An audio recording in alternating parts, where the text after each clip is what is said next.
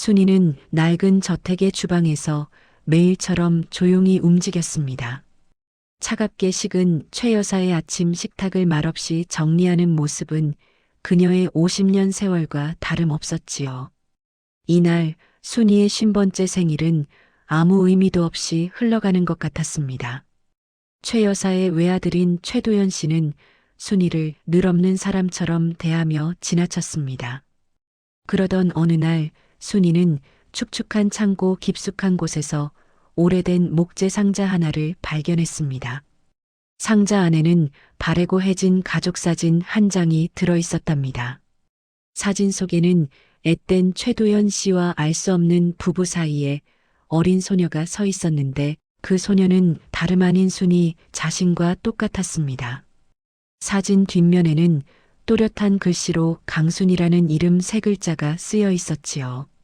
순이라고만 불려왔던 그녀는 사진 속 강순이라는 이름에서 낯선 기시감과 미묘한 불안감을 동시에 느꼈습니다.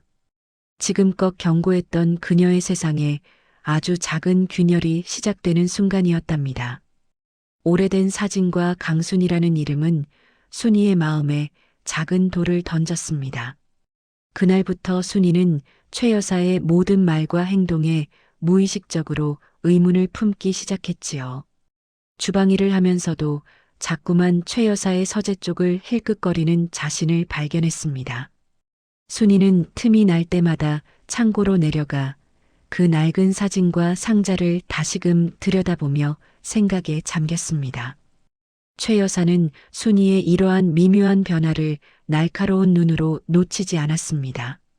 마을 작은 카페를 운영하는 한지훈 씨는 매일 최 여사 저택으로 음료를 배달하며 집을 감싸는 이상한 기운을 어렴풋이 느끼고 있었습니다. 어느 날 순이는 최 여사에게 조심스럽게 자신의 어린 시절 가족에 대해 물어보았습니다. 하지만 최 여사는 너는 그저 이 집의 순이로 족하다는 냉담한 말로 대화를 끊었죠. 이후 최 여사의 그림자처럼 움직이는 집사 박 실장은 순이의 동선을 은밀하게 감시하기 시작했습니다. 순이의 무릎 통증은 갈수록 심해졌지만 최 여사는 외부 병원 진료를 완강하게 허락하지 않았습니다. 점점 더 숨통을 조여오는 듯한 상황에 순이는 불안감을 느꼈습니다. 순이는 박 실장이 집을 나서는 모습을 보고 몰래 뒤를 밟기로 결심했습니다. 무릎 통증이 심했지만 진실을 향한 그녀의 의지는 더 강했지요. 박 실장은 동네 작은 카페로 향했고 그곳에서 카페 주인 한지훈을 만났습니다. 순이는 카페 창문 밖에서 두 사람이 무언가 주고받는 모습을 목격했습니다. 박 실장이 잠시 자리를 비운 사이 순이는 용기를 내어 카페 안으로 들어갔습니다. 테이블 위에 놓인 오래된 신문 조각이 순이의 시선을 사로잡았습니다. 그 신문에는 30년 전 최 여사 일가의 입양과 재산 분쟁에 관한 기사가 실려 있었습니다. 기사에 따르면 최 여사가 친인척의 아이를 입양했으나 얼마 후 그 아이가 사라졌다는 내용이 담겨 있었지요. 한지우는 순이를 발견하고 놀랐지만 오히려 자신의 휴대폰으로 관련 뉴스를 검색해 보여주며 도움의 손길을 내밀었습니다. 강순이, 이게 당신 이름이 아닌가요?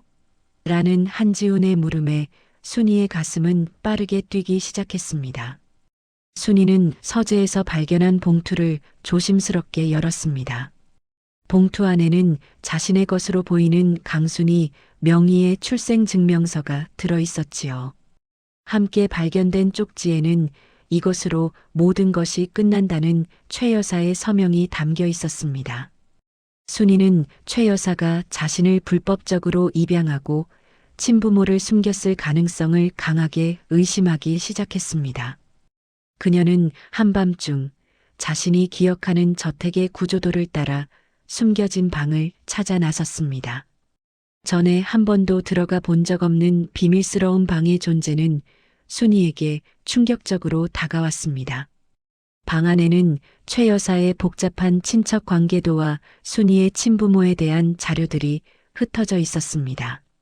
더 충격적인 것은 강순이의 법적 사망을 조작한 서류들이 발견되었다는 사실입니다.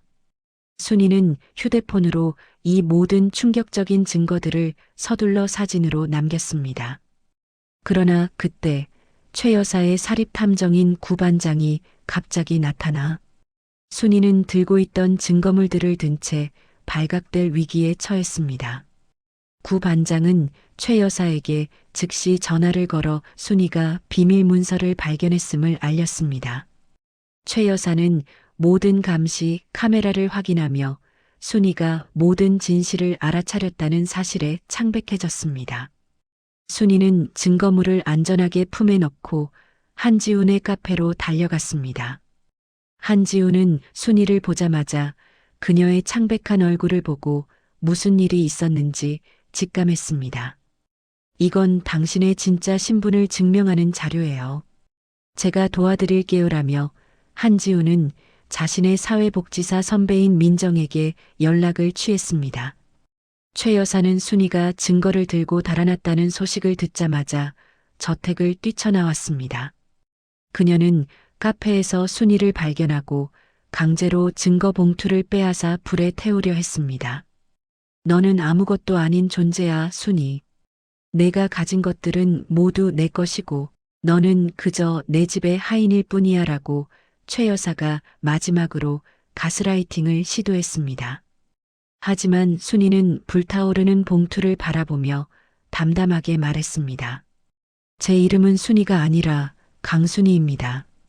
이 한마디에 최 여사는 충격과 분노로 얼굴이 일그러졌고 마침 카페에 들어온 최도연은 어머니의 잔인한 본성을 처음으로 목격하게 되었습니다. 한지훈과 민정 씨는 순이가 제공한 사진 증거를 바탕으로 사회복지기관에 사건을 정식으로 접수했습니다. 사회복지기관은 최 여사의 불법 입양 및 재산 편취 혐의에 대해 즉시 경찰 수사를 의뢰했습니다. 경찰은 신속하게 최 여사 저택을 압수수색했고 최 여사는 그 자리에서 긴급 체포되었습니다.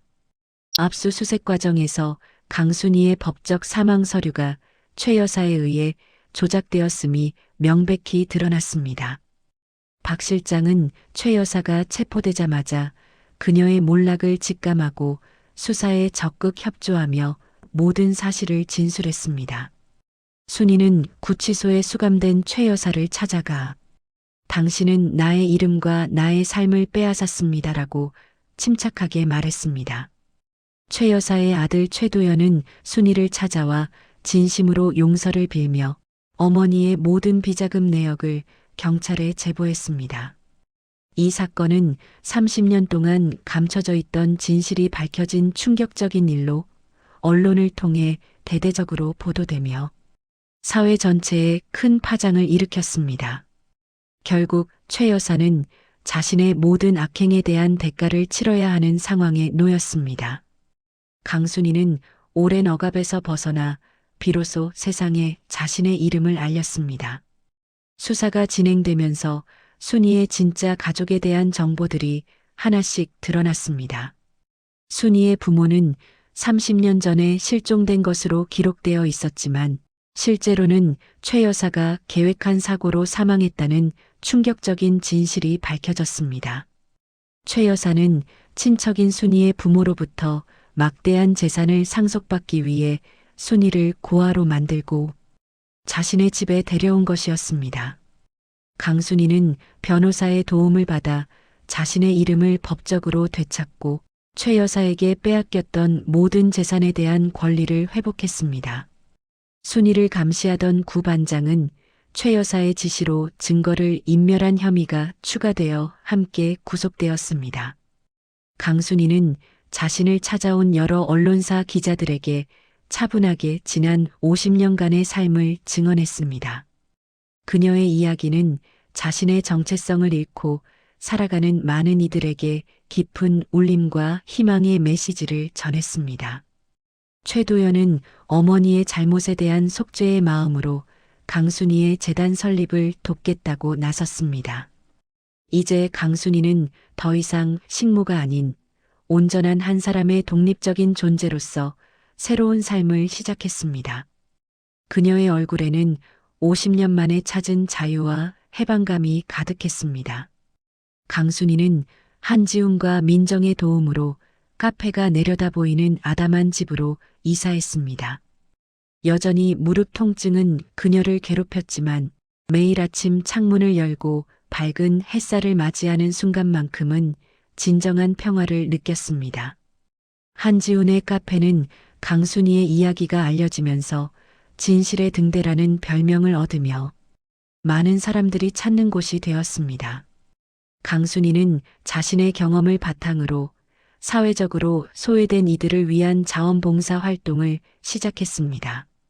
최도연은 어머니의 죄를 속죄하는 마음으로 강순이의 활동을 후원하며 자신만의 방식으로 잘못을 바로잡고자 노력했습니다.